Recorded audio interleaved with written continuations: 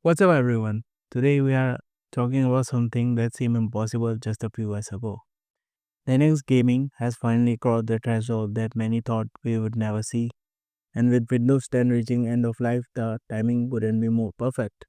Let's dive into why this is absolutely huge for PC gaming. Stick around because the numbers we are seeing are wild, and this could genuinely change how we think about gaming operating systems. Alright, so here's the big news. According to the Steam Hardware Survey for October 2025, Linux has officially crossed the 3% mark on Steam. Now I know that some of you are thinking 3%, that's it? But hear me out because this is way bigger than it sounds. Linux now sits on 3.05% of Steam users, up from 0.41% from previous month. Meanwhile, Windows dropped to 94.84, losing 3 quarters of a percent. Even macOS saw growth, jumping to 2.11%. But here's why 3% matters. That millions of people. Back in 2022, when Valve last gave us official numbers, this would have meant over 4 million monthly active Linux users. And we know how Steam has grown massively since then, especially with the Steam Deck selling millions of units. So we are likely looking at very several million Linux gamers on Steam right now.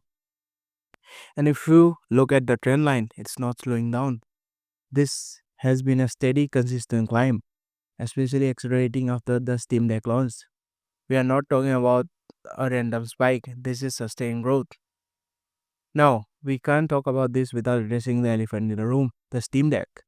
Looking at the Linux distribution breakdown, SteamOS, which powers the Steam Deck, makes up of about 77% of Linux gaming on Steam. That's huge. And here's what's really interesting. That means roughly 73% of Linux gamers are on desktop distributions. The top desktop distros include Arch Linux at 10.32%, Linux Mint at 6.65%, CatchyOS at 6.01%, various Ubuntu versions, besides which is a Steam Deck inspired desktop OS. So while the Steam Deck is definitely pushing the numbers up, there's a massive community of desktop Linux users who are choosing to game on Linux by choice, not because they brought a handheld. And that's actually pretty encouraging because it shows this isn't just one piece of hardware, it's a genuine shift in PC gaming landscape. But market share is only half the story. The other big news is that nearly 90% of Windows games now run on Linux. Let me say it again, 90%. This is thanks to ingredient work from the Wine and Proton developers. For those who don't know, Proton is Valve's compatibility layer that lets Windows games run on Linux and is built on top of Wine. Wine is not an emulator which has been in development for decades. Now, not all the compatibility is created equal.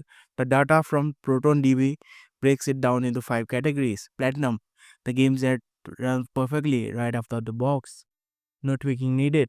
Gold, minor tweaks required, but basically works great. Silver, playable but with some imperfections, maybe some visual glitches or minor issues.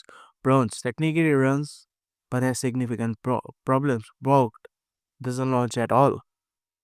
And here's the exciting part, the trend shows more and more new releases getting platinum ratings right away.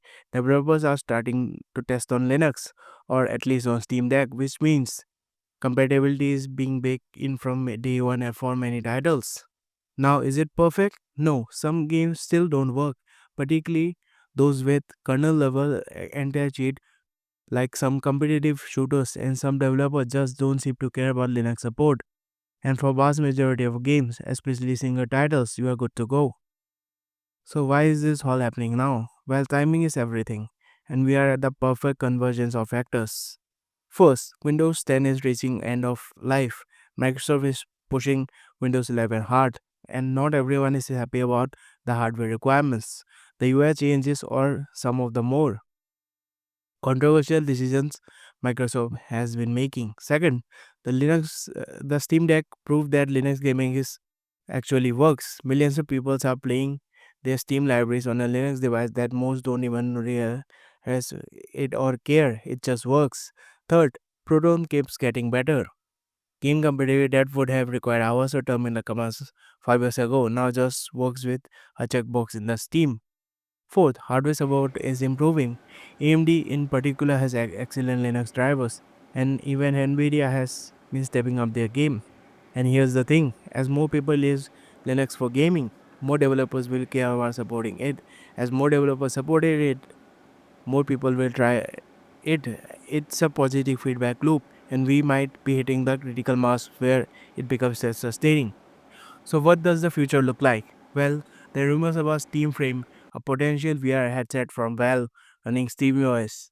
If that happens and becomes popular, we could see these numbers jump up even higher.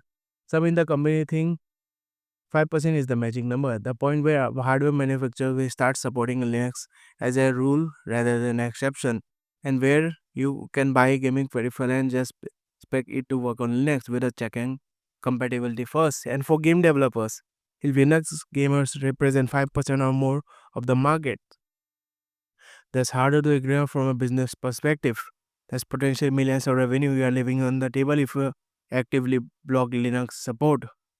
I think we could realistically see 5% within next year or two if these trends continue. And once we cross that threshold, who knows, maybe 10% doesn't seem so crazy anymore. Look, I'm not saying everyone should immediately switch to Linux for gaming.